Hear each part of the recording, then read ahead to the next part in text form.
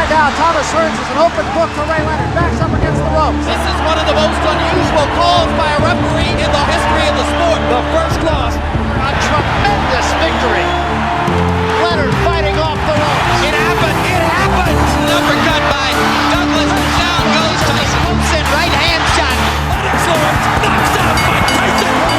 Slumps to the canvas. The champion struggles to stay on his feet. How do you like it? How do you like it? Welcome, fight fans, to another episode of BTR Boxing Podcast Legendary Night with me, your host Sean Bastow, joined by Johnston Brown to go through this episode as voted for by you, the followers on Twitter and the users of Facebook. This is the tale of Kevin Mitchell versus John Murray from back in 2011. But before we get into the episode, as always, please go and follow us on social media at BTR Boxing Pod on Twitter and BTR Boxing Podcast on Facebook as well. If you've not already subscribed to the podcast, you can do so by following us on Apple Podcasts. Subscribe, rate and review to get all the latest episodes of our podcast. If you're not on Apple and you're an Android user, you can find us on any good available podcasting app: Podbean, Stitcher, Spreaker, Player FM, TuneIn, Spotify, Eat Sleep Boxing Repeats YouTube channel. You can find us on there too. So go and find us, rate us, review us, let us know what you think of all these episodes that we're doing. So let's get into it then. This is the tale of Kevin Mitchell versus John Murray from back in 2011.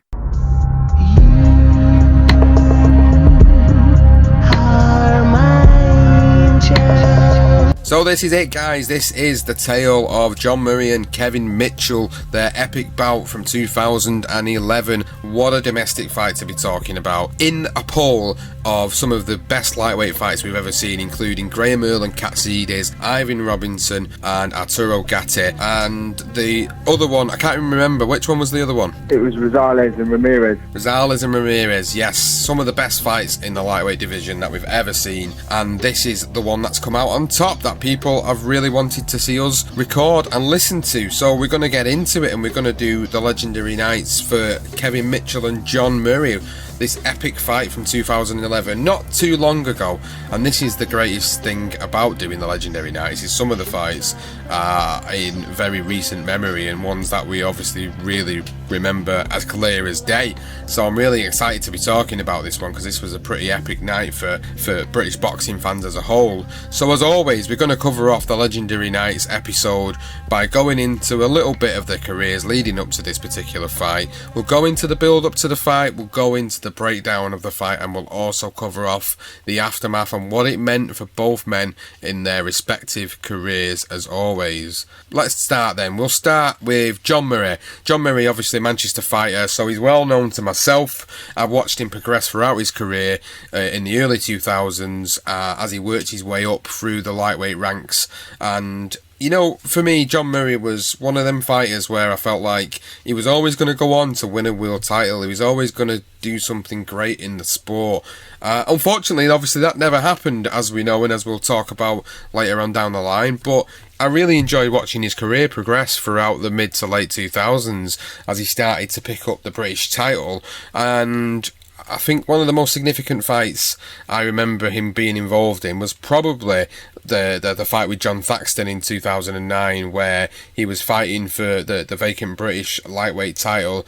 And John Thaxton was a guy who'd been around for a long time at this point. Obviously, John Thaxton was a guy who Ricky Hatton had previously fought and had a war with in the early 2000s as well. So to see him still around at this point and still giving people problems was quite amazing, to be honest with you, that this guy was still as tough as old boots. But yet he went in there with a guy like John Murray, who was this up-and-coming fighter, who was the guy that was looking to really make his statement on the lightweight division, and he did so, John Murray, by stopping John Thaxton within 4 rounds. And for me, then that is where the Murray train really started to pick up then from this point onwards.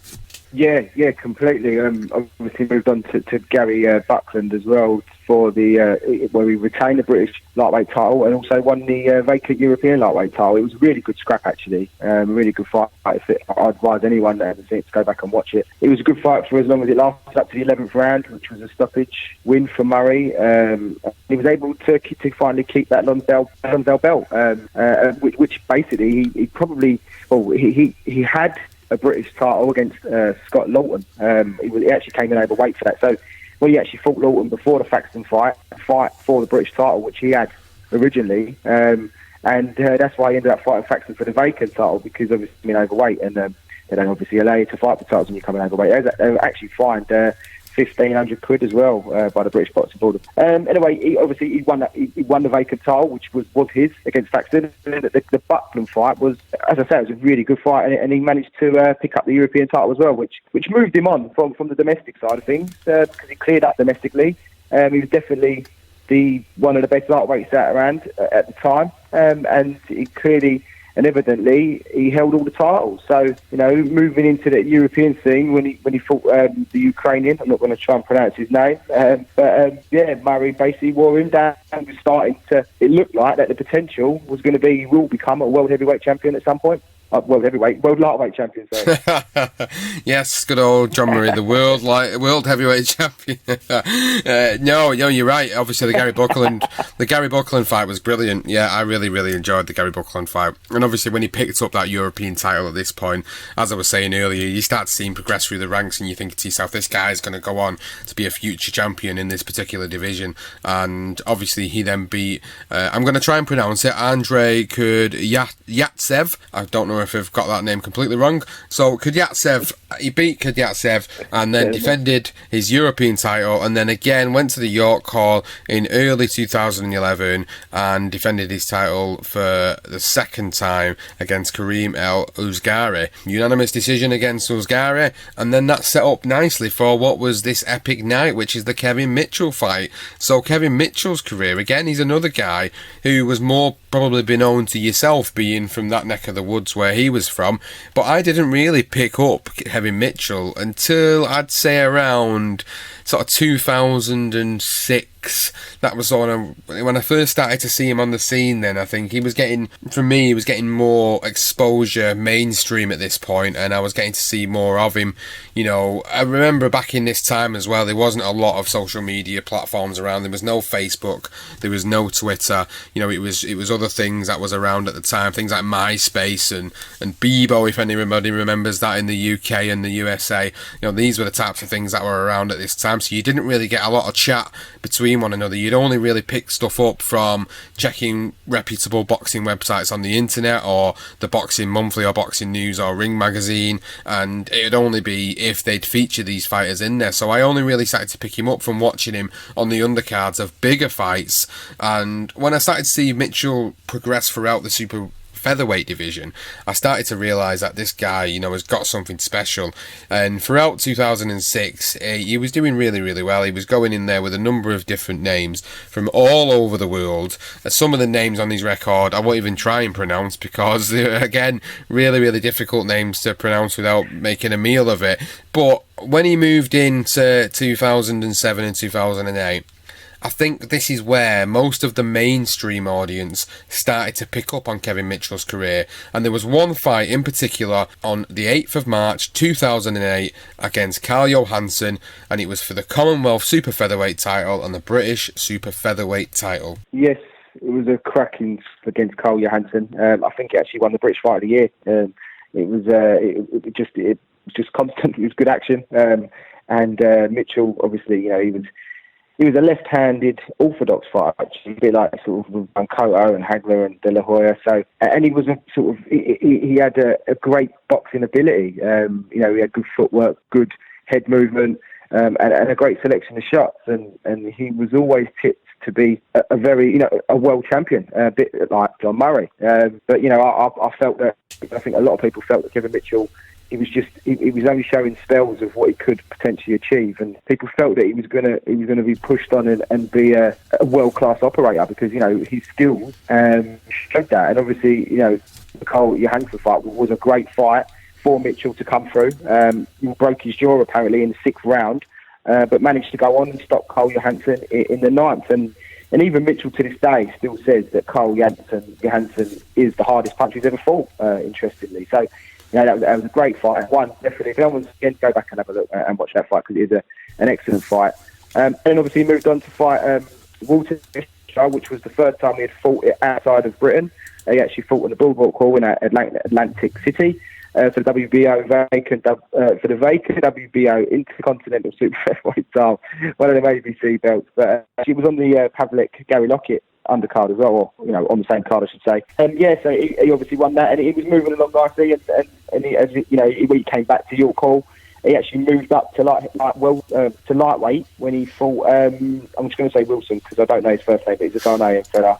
And he done him in 3 rounds. And then obviously moving on to the Breeders Prescott fight, which was the one that people always say was probably one of Kevin Mitchell's greatest performances.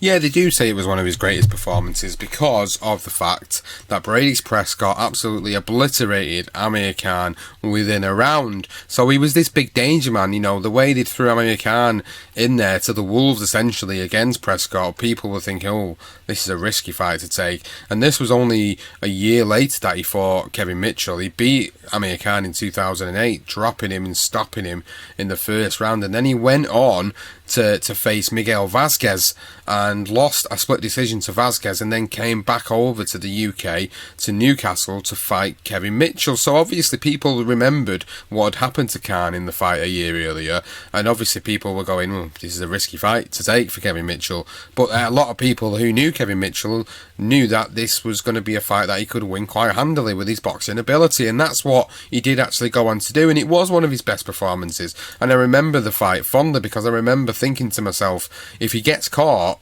he's going to get stopped, he's going to get hurt. But the way he just completely took away everything that Breeders Prescott had to do that was amazing for me. I thought it was a brilliant performance, and also that particular night was a brilliant night for boxing because on the same card you also had Amir Khan and Dimitri Salita. Amir Khan blew away Dimitri Salita for the WBA super lightweight title at that time as well. On the same card you also had guys like Tony Bellew in his 12th pro fight, Billy Joe Saunders in his 5th pro fight, Enzo Macronelli, Frankie Gavin, James DeGale, Stephen Smith, Alex Arthur even as well. This was an absolute stacked card, and I do remember the card and I do remember the night very fondly because it was remembered for the fact that Khan had won the world title, and also the fact that Breeders Prescott got absolutely handled by Kevin Mitchell. He did. It was a really polished performance from Kevin Mitchell, and I felt that it was going to be the catalyst to push him onto the world stage. He was looking at the title was in the horizon, that title fight. So obviously he got rid of Mendoza after Prescott at Wembley Arena. In a 3rd round knockout, retaining his WBO Intercontinental lightweight title. Obviously, Frank Warren was thrilled by the fact that it's a WBO title that he was chasing at the time. He's got a great connection with him. So it moved in to take the fight against Michael Katsididis. It was at the Bowling Ground. He's a West Ham fan, and it's a big deal for Kevin Mitchell. But it's well documented now that. I think the pressure got to him, and he had a lot of distractions outside the ring with his wife, and they were going for a split and other bits that were happening in his life, and he sort of went into a downward spiral. And this was before one of the biggest fights of his career, of the West Ham faithful, which is crazy, really, that it happened. It's rumoured that he blew 180,000 in 9 months just on booze alone. He was just. I don't know. He went into that to in a bad position, a bad place. So obviously going into the Katsididis fight, he wasn't in the best of nick, clearly, and you could see that he was done in 3 rounds. He was blasted away. Many felt that it was stopped a bit early. Watching back on it again, I don't think it was. I think you could see that it was inevitable that eventually he was just going to get knocked out, and it's just silly that happened. And had lost the longest unbeaten run in British history as well, because he was 31-0 going into that fight in front of the West Ham faithful. And then obviously after that defeat, the booze carried on, and he continued to hit the booze. Nothing. He didn't do nothing for 9 months apart from drink, and he come out and said that recently as well.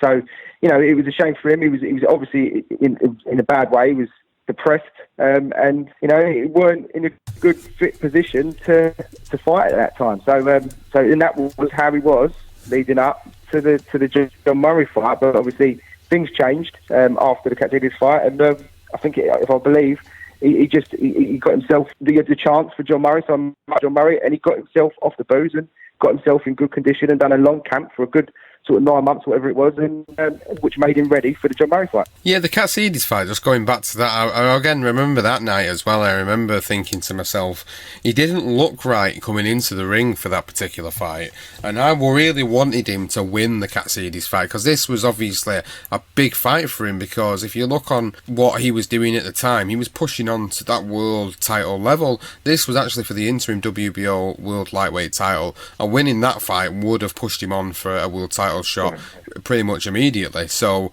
the Katsidis fight, so he goes in there, doesn't look himself, gets blown away in 3 rounds, and then, like you say, goes away into the abyss, goes into a bit of a deep depression, drinking, just doing what people do when they get in that state, drinking, gambling, whatever else, going through obviously tumultuous time in his own personal life at this point.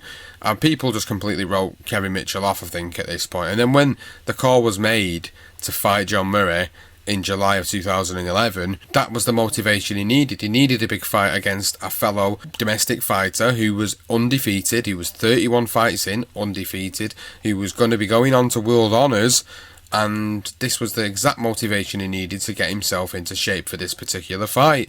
So it leads us nicely in, really, to the build-up for this particular fight. This was billed as the North versus the South. Of course, it was Manchester versus London. It was a typical, going back to the whole sort of football scenario, it was a typical North versus South situation where you get the best teams of the North versus the best teams of the South, of course, and this was the best boxers of the North versus the best boxer of the South, and it was really, really good. I was really looking forward to this fight. The build-up alone really sold it for me, because I was a John Murray fan, but I was also a Kevin Mitchell fan, regardless of the fact John Murray was obviously from my hometown of Manchester and had supported him for a long time. I really liked Kevin Mitchell and I really liked what he was doing in the ring, and for me this was a big match, and both men, knew that this was a make or break fight for them, really. If they go in there and win this fight, they're going to go on to bigger and better things, but the loser's going to have to go right back down the pecking order and start all over again. I think that I win by KO as well. Kevin's only had 2 fights at lightweight. One was his good performance against Brady's Prescott, and the second was Katsidis, but it was a pressure fighter very similar to myself, and he lost that by KO. I'm a very good pressure fighter, and I'm just looking forward to the fight, getting in there and taking care of business. The victories that they'd both had under their resumes at this point made it even more intriguing. The fact that Mitchell had moved up from the super featherweight division, having great fights with guys like Johansson, as we said, moving up to the lightweight division, having a handily performance against Brady's Prescott, losing that fight to Katsidis made people feel that this was going to be John Murray's night. Murray essentially was the favourite going into this particular fight, but there was no love lost between these two at all. This was a case of these two guys making the intentions to state their case, to go in there and show their skills and go on to bigger and better things at the fight. I really, really enjoyed the build-up for this particular fight. I really enjoyed the hype between them. Obviously, you always had, both guys at the time had brothers that were in boxing. We had, obviously, John Murray, who had Joe Murray, who was also a decorated amateur and a professional at this point. And then, obviously, we had Kevin Mitchell and his brother, who unfortunately recently passed away earlier on this year, who was also a fellow professional at this point in time as well. So it was quite an interesting build-up to the fight, and I remember it quite well. A lot of words said between them in press conferences, and there was respect there between them, but there was also a side of both of them where it was like, I know I can go in there and do a number on you. John's another brilliant fight in Britain, we're the 2 best in Britain, and I know, and everyone knows, it's a wanted fight, as in my ticket sales already just gone mad already. As soon as it was released it was fighting, my ticket sales, my phone was ringing, everyone wants it, so proven. But yeah, I've wanted to fight John for a long while, and now we're here, and this could be happening. Yeah, I think they both believe that they're capable of cementing their status as the best lightweight in Britain at the time, because that's what this was, with the winner potentially going on to fight for a world title. It wasn't classed as an eliminator, but that was the feeling you had surrounding it. Mitchell obviously sort of coming back after all those problems, and he considered it to be his last chance saloon, and he had the one loss on his record. So this for him was a springboard to push back in, put himself back into contention. Whereas Murray, which was interesting, obviously this wasn't a part of the build-up as such, but for one, Murray, he vacated the European belt in order to fight Kevin Mitchell. I mean, the rumour has it is that Joe Gallagher wasn't too... he didn't really fancy it, to be honest. That's what you're hearing from John Murray himself. Whereas Joe Gallagher said, actually, no, you know what, fine. This is a good fight. This is a good way of him getting noticed. I'm really pleased that everybody didn't phone him up for a night out, and they've allowed him get in shape, because he does have to be in the best shape of his life for this fight. I'm known for having a drink in between fights, but that's in between fights. When it comes down to training hard for fights, I've done it many times before, and then it can be boring saying it every weekend, but it's not hard. So it was a problem. I felt in a way, obviously not at the time, but sort of digging into this sort of the build up surrounding it. And Murray he prepared himself for a 12-week training camp for this fight, and Gallagher basically had Matthew Macklin as well, and there was problems where Murray reckons, or this is what he said, is that he didn't feel that Joe had much interest. He was more interested in Matthew Macklin, who was ready to fight in Germany, and basically there was a problem. Whereas Gallagher on the other hand reckons that the 12-week training camp went well and he was in good shape and ready for the fight. So there was problems in camp basically, and then sort of I think it was in Germany 2 weeks before the fight when the big problem happened when John went off on the piss basically, and that's what Joe says, and John even admits himself he did go out on the piss in Germany, and that didn't help their situation even more, and the fight was actually put back a week between Mitchell and Murray, and Joe Gallagher said he felt that was good because he could get Murray in good position where he's ready for the fight, and John on the other hand, he reckoned he didn't feel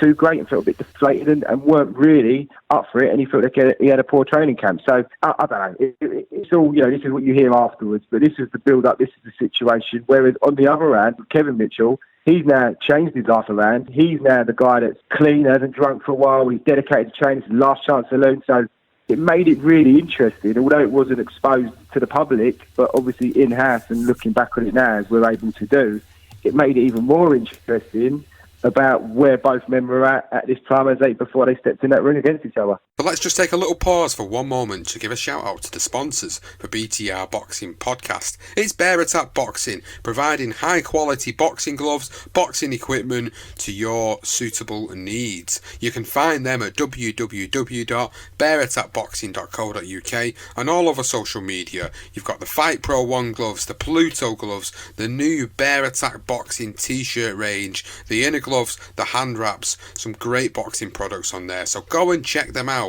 And also, we've got a little present for you. Because you're a loyal listener to BTR Boxing Podcast, we've got an exclusive discount code for you.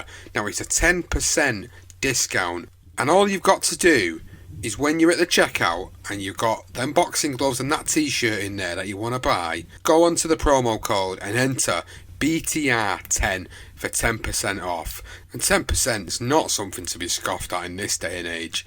It can definitely get you a few quid off them high quality products that Bear Attack Boxing are selling. So, as a loyal listener to BTR Boxing Podcast, when you buy or purchase something through Bear Attack Boxing's website, in the promo code, enter BTR10 and you will get an exclusive 10% discount off your basket. So please go and take advantage of it. Follow them on social media, Bear Attack Boxing, and it's bearattackboxing.co.uk. Well, in the lead up to the fight, in obviously press conferences, they were both obviously polite to each other beforehand, but quoted coming from the press conferences that happened at the time, Murray believed that Mitchell's style was going to suit him for the fight and said that as far as he was concerned, this is my last domestic hurdle before I move on to world level. Kevin and I have always been destined to meet, and now is the right time.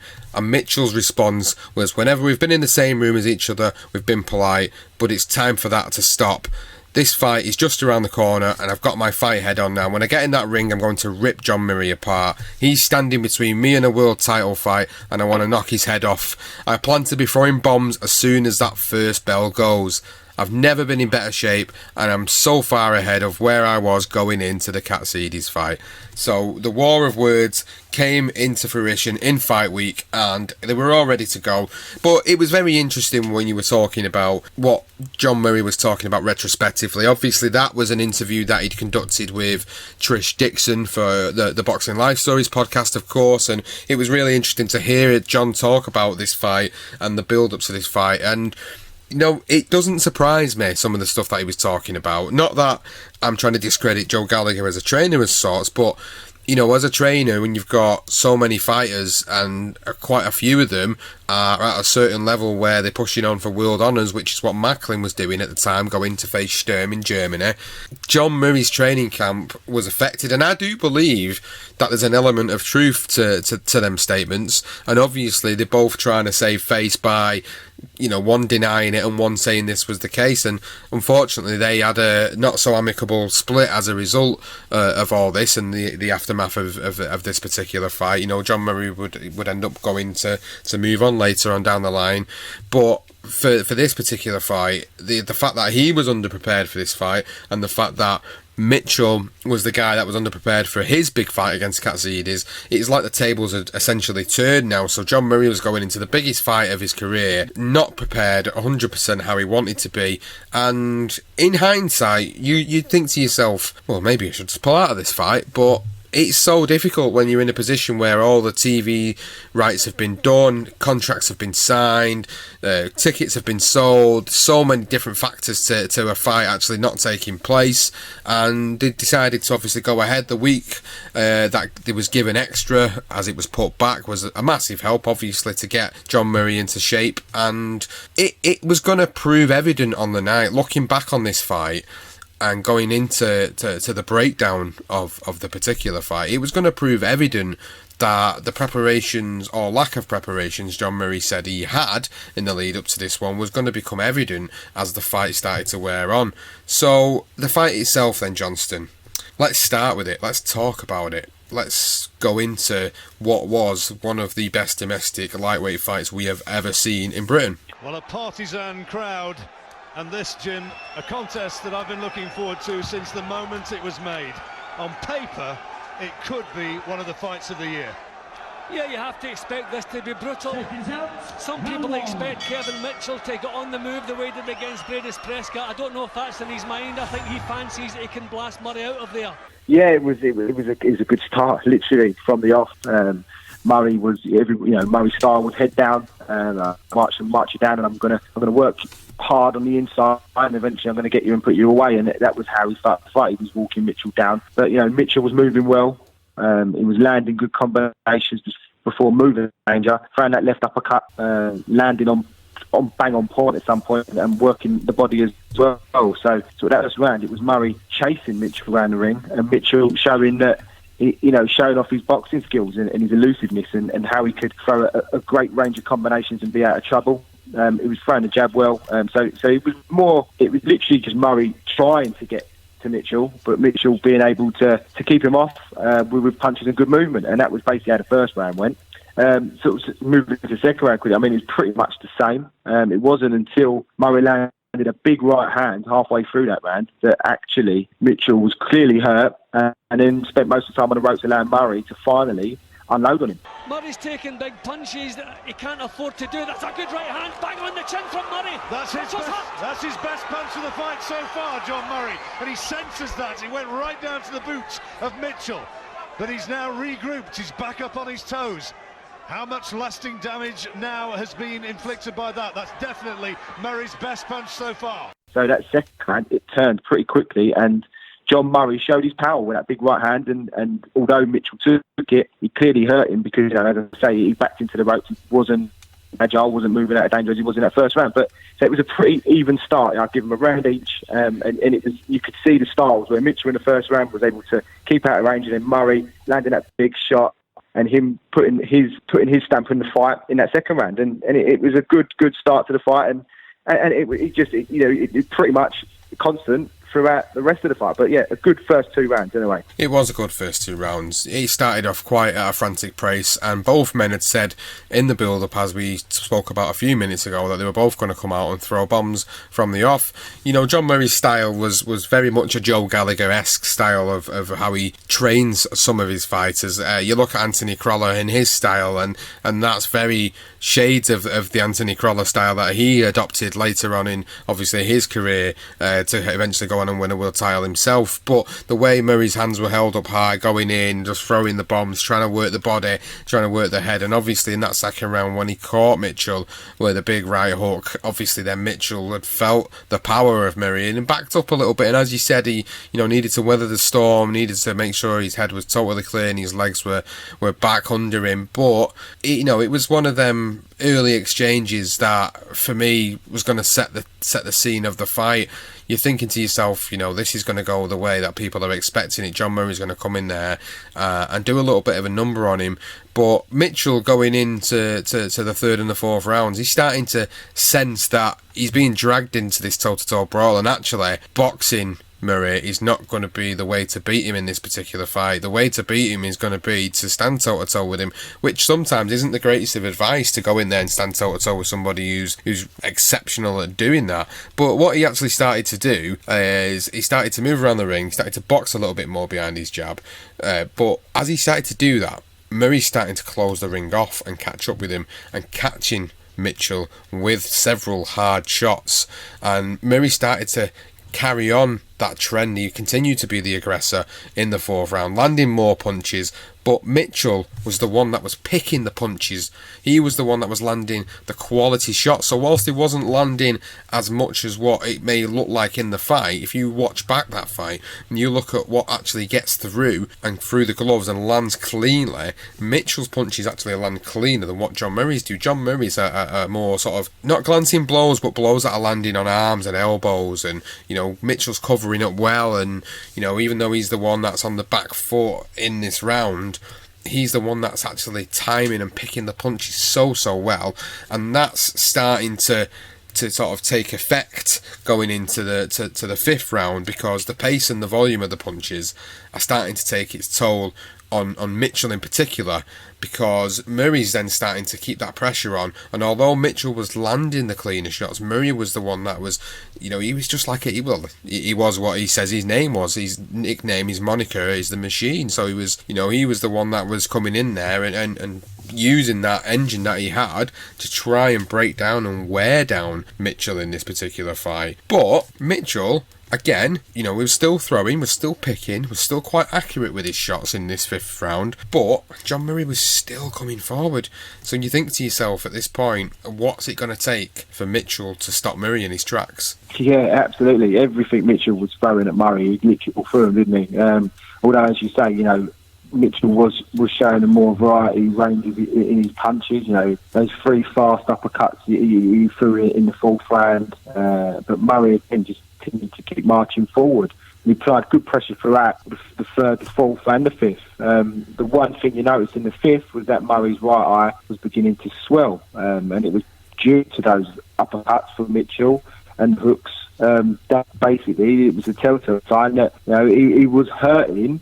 Mitchell was marking up anyway, whereas Murray was coming forward. But, Mitchell sort of, although he's under constant pressure, he's still able to land some big clean shots, as you were saying, Sean. And Murray, he was always looking. End of the day, the right hand was always going to be the shot for him. But he did use the head a lot. And Joe Gallagher again, he mentioned after the fight that he did try to tell Murray to work the body and to look rather than just headhunt all the time. But Murray went out straight headhunting. So straight away there's a problem in the corner as well in terms of the instructions he's getting and what he's actually going out to do, because Murray in his head felt he's just going to get rid of Mitchell because eventually he's going to wear him down. And it was starting to happen slightly, especially sort of going into the fourth and the fifth. But because of the eye, this is where the problem started to happen. And it was actually the sixth round for me when it was a clear Mitchell round, and Mitchell was just looking fresher. He was finding his range, and he looked really good in the sixth round. I think it was a dominant display from him, and it was the first time that when Mitchell did land, it actually put Murray back on his heels. And finally, Murray was starting, those shots were starting to take effect, and he was unable to keep marching Mitchell down. He put it down to fatigue later on, Murray, because he just didn't train well enough. So you could see that going into that 6th round. Yeah, in that 6th round, I think that's where Mitchell's head started to clear a little bit. He'd taken a lot of shots from Murray, but he was still in there. He was still throwing his own. He was still holding himself in the fight. And as you was just talking about there, John Murray started to wean a little bit in terms of his stamina, in terms of the fact that he'd eye was coming up a little bit there as well, and he was reduced to fighting in short bursts rather than the all-action style he'd adopted in the previous rounds. So Mitchell at this point starts to use the lateral movement more. He starts to go to a bit more of a sort of box and run game plan that had actually served him really, really well in his best performance against Brady's Prescott. So as he's doing that, Murray's the one that's kind of chasing him down the ring, and Murray's the one that's, the stamina's starting to wean, like we said at this point, and you can see he's starting to get visibly more tired. And for Kevin Mitchell, he's growing in confidence now because he's throwing several accurate combinations, and then in the 7th he landed a huge right hand left uppercut combination that rocked Murray to the core, and it was only the bell that saved him in that 7th round from being stopped. Murray looked as though he maybe went in with the head on the blind side of the referee. Good uppercut, lovely uppercut from Mitchell, and Murray looks a little bit disorganised, a little bit wobbly. Is Mitchell now going to step in and look to try and take John Murray out? Left hand as well. Anxious times for John Murray. And the bell comes. And that was a big round for Kevin Mitchell.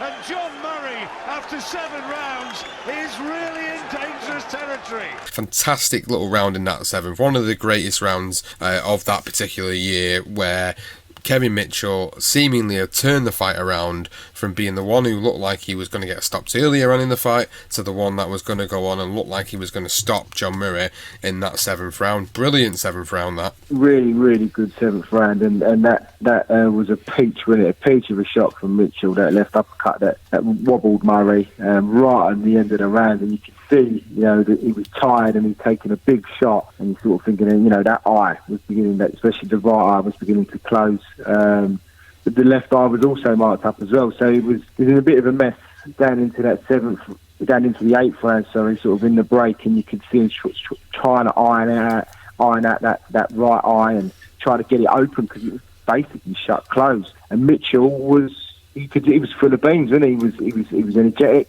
He could sense that the fight was there for the taking for him.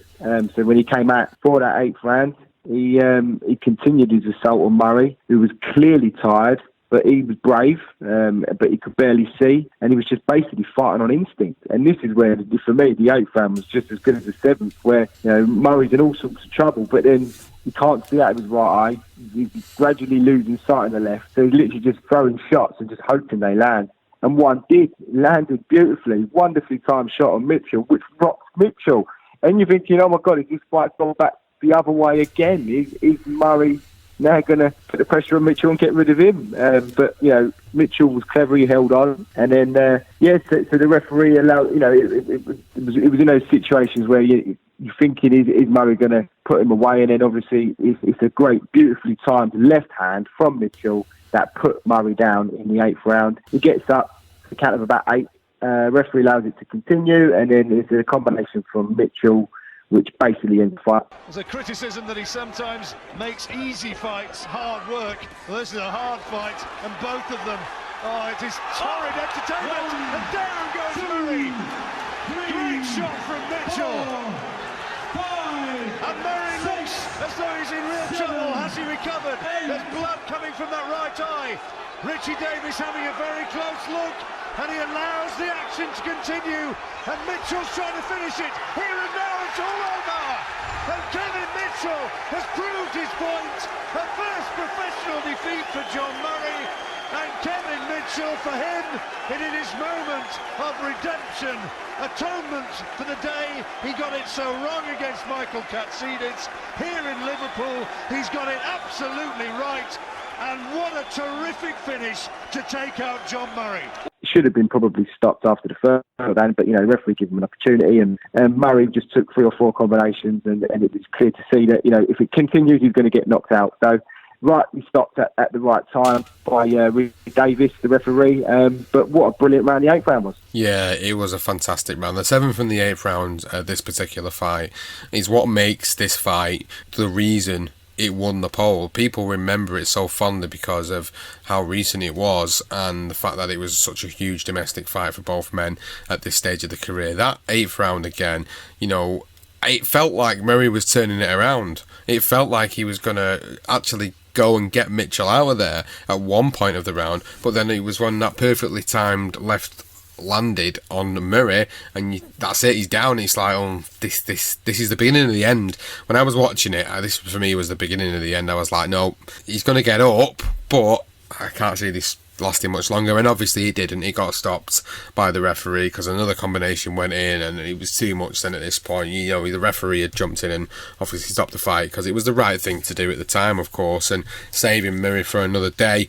But what a fight, what an absolute war, and it's the reason why it was put into the poll. It was the reason why people voted for it to win the poll, because of how good of a fight this actually turned out to be. It turned in from what could have been an easier fight for Kevin Mitchell and turned into a bit of a barnstormer. You know, Mitchell not really having to make it easy for himself like he did against the Brady's Prescott. He actually made it a little bit more difficult for himself, but that was obviously credit to John Murray as well, because John Murray's ability to cut the ring off was fantastic. One of the best domestically to have done it, and the way he did it in that fight made it a very difficult night for Kevin Mitchell. But the class and the quality of the punches that were landed from Mitchell was what was telling on the night. You know, you can go in there with sheer brute strength and land punches on arms and gloves and, you know, to the body, but it's the significant ones that land that are clean, that are hurtful, and that's what was significant for Kevin Mitchell, is that he was the one landing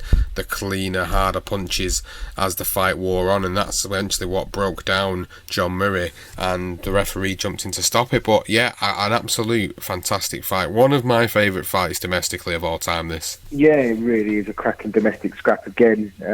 It was literally to and fro from round one. It was just a matter of what styles you preferred, really. As well, if this had gone the distance, it'd have been quite interesting how the scoring would have went. Because, you know, do you prefer the aggressor with Murray sort of putting Mitchell under pressure, but then Mitchell sort of throwing those pot shots? So it was a really intriguing style of fight between both fighters, and it was great that, you know, with Murray sort of taking, in the end, he was beginning to wear Mitchell down, and then Mitchell coming back in that 6th round, and then obviously in the 7th and the 8th, just brilliant rounds. I mean, even the 8th round sort of epitomises the whole fight, where you think Murray's in trouble and then he lands that right hand on Mitchell, and then Mitchell's rocked, and then Mitchell comes back and then eventually lands that big left hand that puts him down. It was just to and fro, and it was just a great fight to watch, and it was hyped to be potentially going to be a good fight. I think people felt that they had styles that suited each other, and this is going to be a good domestic title bust up, and it basically was.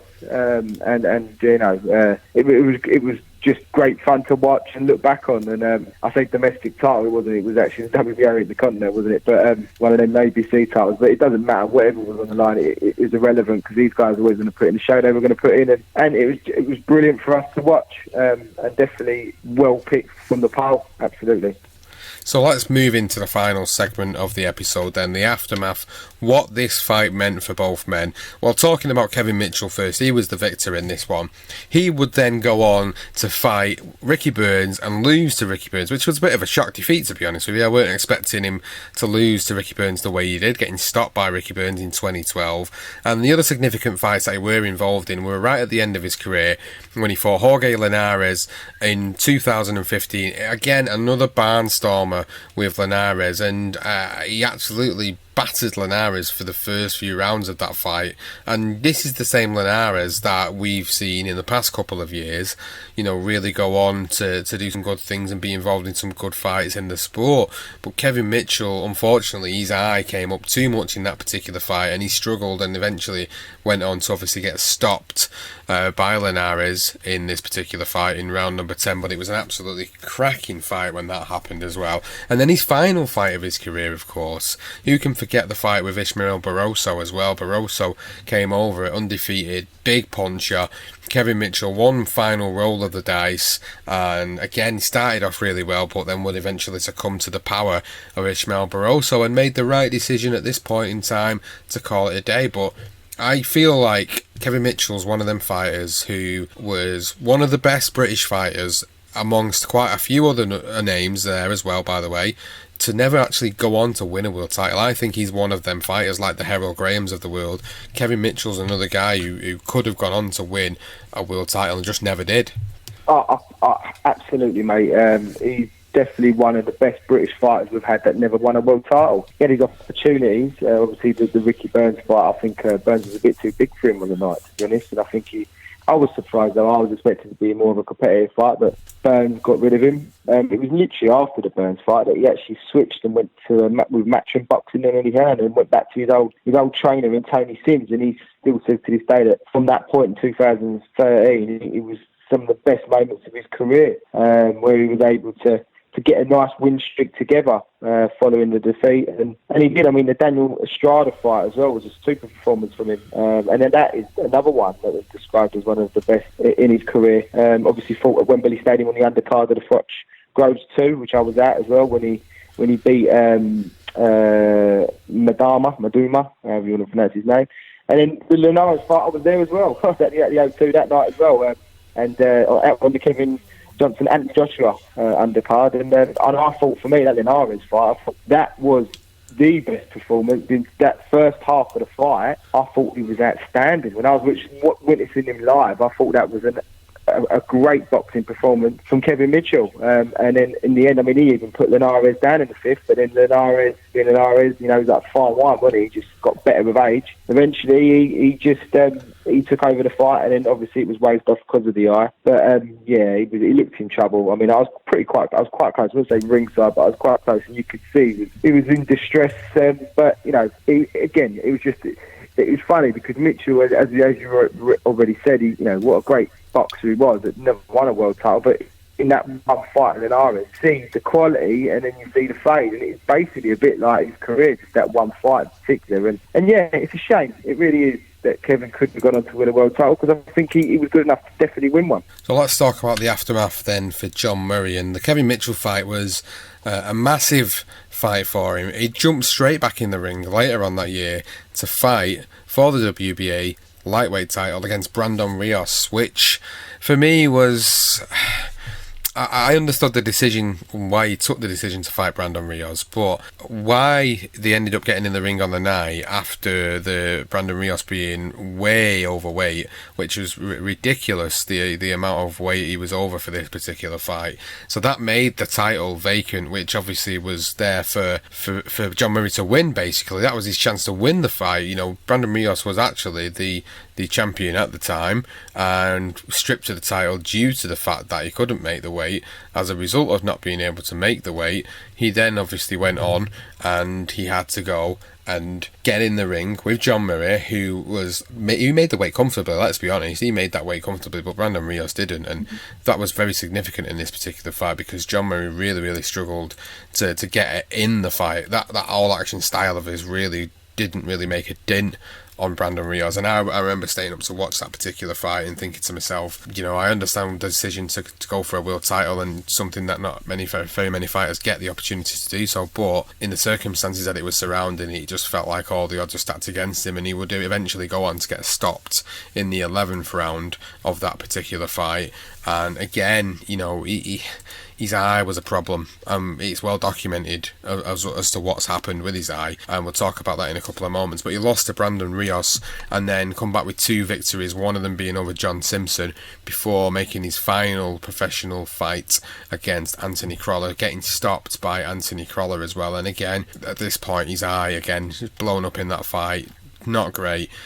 Really, really sad, to be honest with you. Like, you hear his interviews now, and I've interviewed John myself, and one of the questions I asked him was, how is your eye now? Because there was obviously a lot of reports have issues with it, and he's actually, partially blind in one of his eyes. So that's the result of him being in the ring. That's the result of him deciding to box on, essentially. That damage was then caused, and he's got that permanent damage for the rest of his life with his eye. I mean, he's still training kids now. He's still got his gym up in Stockport here in Manchester, but he always wanted to go back in the ring and fight again, but he just couldn't, because the eye was never going to hold up, and he could have been completely blind.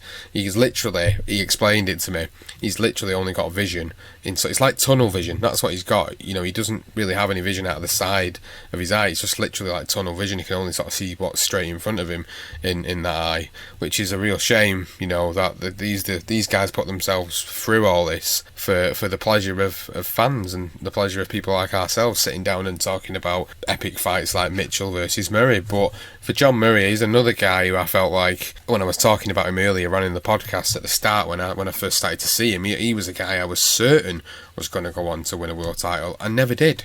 No, he didn't. He was unfortunate, wasn't it? Again, another one like Mitchell. Two very, very good fighters. I mean, Murray was an excellent inside fighter for me. He's one of the best around at the time, sort of on the British scene. The way he could walk fighters down and just eventually break them down and get rid of them.